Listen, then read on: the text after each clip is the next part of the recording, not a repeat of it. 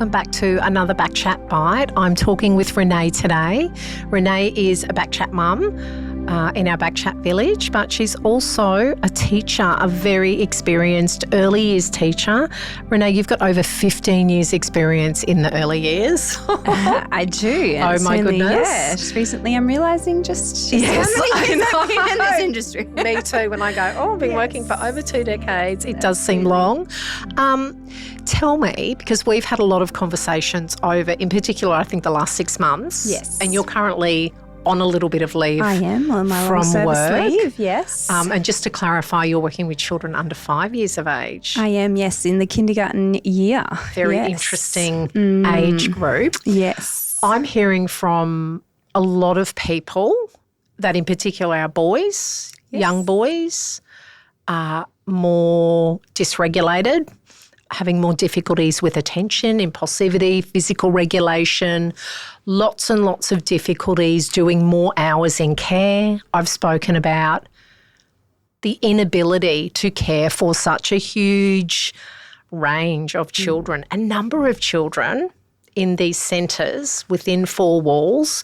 How do you feel about that as a teacher? Yes, absolutely. I've definitely noticed a massive change in behaviours, particularly this last year, which has probably ultimately led to me wanting to take my long service sooner rather than later. Just to have a break from it all, because it's been challenging, especially with the boys. I think about all the boys in this year's group. They've a lot of dysregulation, a lot of hyperactivity, a lot of impulsivity. Have you noticed it increase over the last 5 years, 7 years, 10 years? I think the last couple of years, particularly post-COVID, I would say there's people out there who've done studies on linked to COVID and children, COVID babies. I think a group that we have this year are COVID babies. They were born in 2020, and there are people who've done research into the link between that and the kids' behaviours this year. Because a lot of kindergarten teachers are finding challenges across the board with this year's group. Interesting. In more so than other years? More so. And Interesting. speaking to teachers, the same thing in their behaviours. Children just inability to listen, to follow an instruction. Thinking of my kids this year, they're addicted to the screen. The minute you turn on the smart board, they're there and they will sit there for ages. So I've been having to use it a lot more, even just, to engage them. To get them some joint attention happening. Yes, so on a rainy day, they, extra challenging because they can't go outside. Absolutely. So putting it on just to do exercises and yoga and anything that they constructive and busy. That they can stare at, even if it's, different activities you can do on the smart board where it's a find the difference between, or anything like that gets them engaged, they will calm and straight away they'll be different because, they've got a screen to watch. So you think that's a big factor, screens? A massive, massive big thing, the screens, very much addicted to it. And the hours, what are you finding in terms of the hours that children are spending in care centres? Absolutely, yes. I have noticed that we have a lot of children who come 5 days a week in this year's group. I have a set of twins who used to get picked up. I've noticed they used to always get picked up right at 4 o'clock when I was about to leave. Now they're still there when I leave. They used to get dropped off before I arrived at 8, but now they're getting dropped off before I even arrive in the morning. It's a long day for and little ones. I have a lot of boys who are all the same, in about 5 boys, and they all just spend the day fighting with each other and completely dysregulated. And one of the twins in particular is, very, very rude behaviours and swearing at teachers and really things struggling. Like that. Really struggling with regulation, Yeah. And do you wish you had more room? For them. I talk a lot about the 4 walls and how I feel like we're hemming our children into these 4 walls. Absolutely. What do you think a big field, or like, say, pretend we're in Sweden and we're running through a forest, something like that, and we're running for kilometres. What difference would that make to children? I think it would make a huge difference. Yeah, just more resources, more opportunities to be able to climb, engage in those physical activities. And that's the thing, in childcare centres don't have everything that they need to be able to do that, especially when they're there 5 days a week. And do you find that increases as the week goes on? Like, are these children struggling more, like, hour 30, 40, 50? Are they struggling I'm not there at the end of the week, so Gotcha. I can't comment on the end of their weeks. But I find Mondays have been really atrocious, and I think the transition from home to kindy, because at kindy we're being quite firm with them and we're being quite strict. I know my teaching partner is very firm, very strict teacher.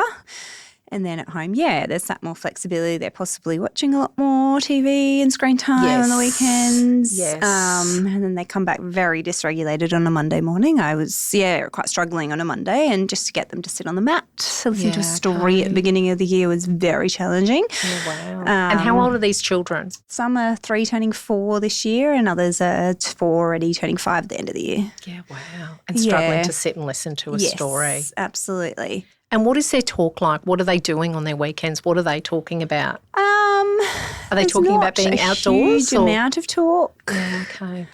About what they've done on the weekends. They're always very excited to see me when I walk in the door, and I think they know I'm probably the softer one and the one that will give them cuddles and sit with them. Which is so important for little boys, isn't it? Yeah. And do you at all in your work there, obviously, like I speak a lot about talk and about serve and return and all that, the importance of the early years and that conversation and everything. And I know it's something that you're really big on with little ones, and reading and stories and conversation.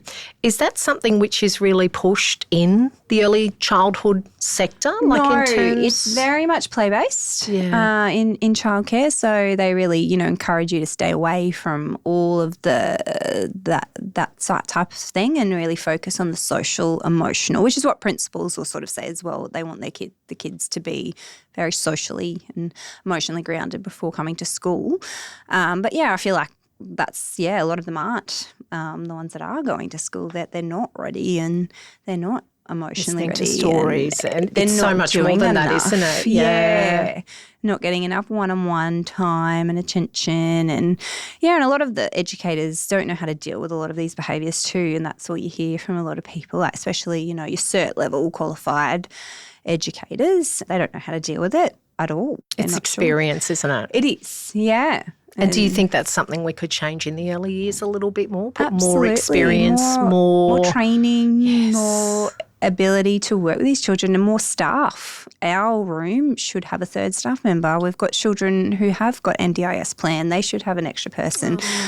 And we don't have it. That's really tough because they get it in schools. Exactly. Why are we not getting it in that early years when the brain is so developing? A lot of the time in childcare centres, it's just, this push for money, getting more kids through, and not actually thinking about what they need. The long-term outcome. Yes, what they need. Yeah, more staff, more qualified people who can handle these different behaviours, and which are a result a lot of society, aren't they? Yes, because it's just leading to burnout and not liking the job, and then qualified people leave, and then we're not necessarily. It's like teaching. Qualified people leave, and then we're not necessarily getting people in who are highly qualified to take over. And then that causes issues. Children going to school who are nowhere near developmentally ready, and their prep teachers go, oh my goodness, how did this child?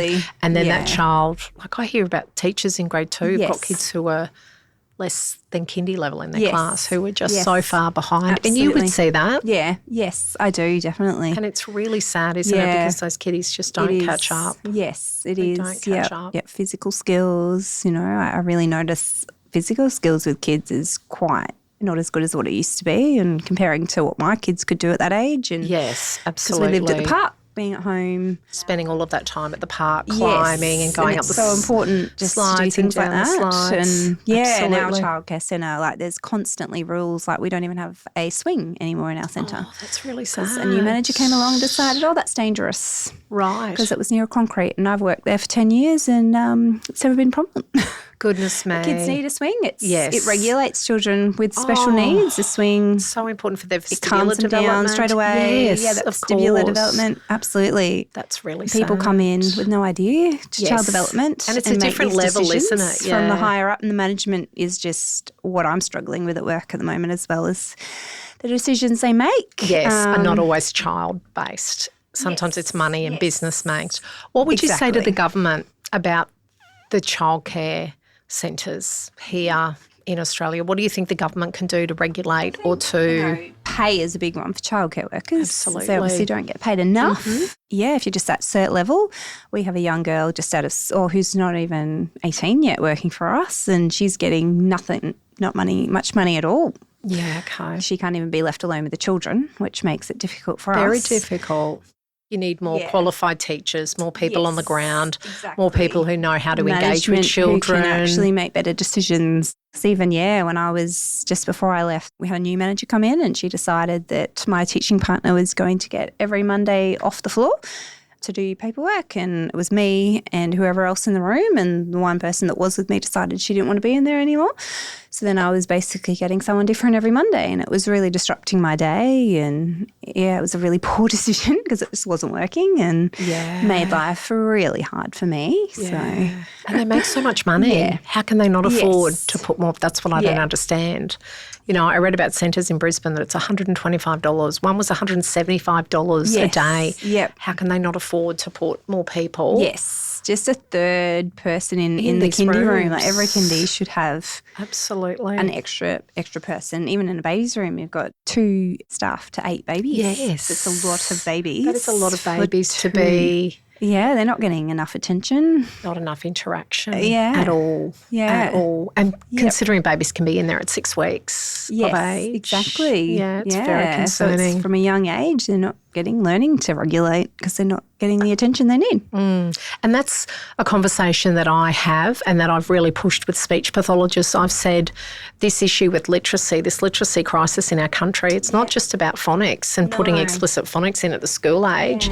It's all of the years before that. Absolutely. It's when they're babies and mums have to go to work, cost of living, and babies are in creche full-time at 6 weeks of age, and someone comes around and changes their nappy and they'll get talked to a little bit and then they're put back in their cot or put under something dangling, but there's none of that one-to-one. It's really changed, hasn't it? Definitely need more workers in every room and more resources and everything. Schools. It's a huge topic as well we've talked about, for little ones that are struggling. Thank you so much, Renee, for coming and talking today. No problems at all. Thank you for listening to Conversations with Olwen. If you know somebody who needs to hear this episode today, please share it with them. Until next time,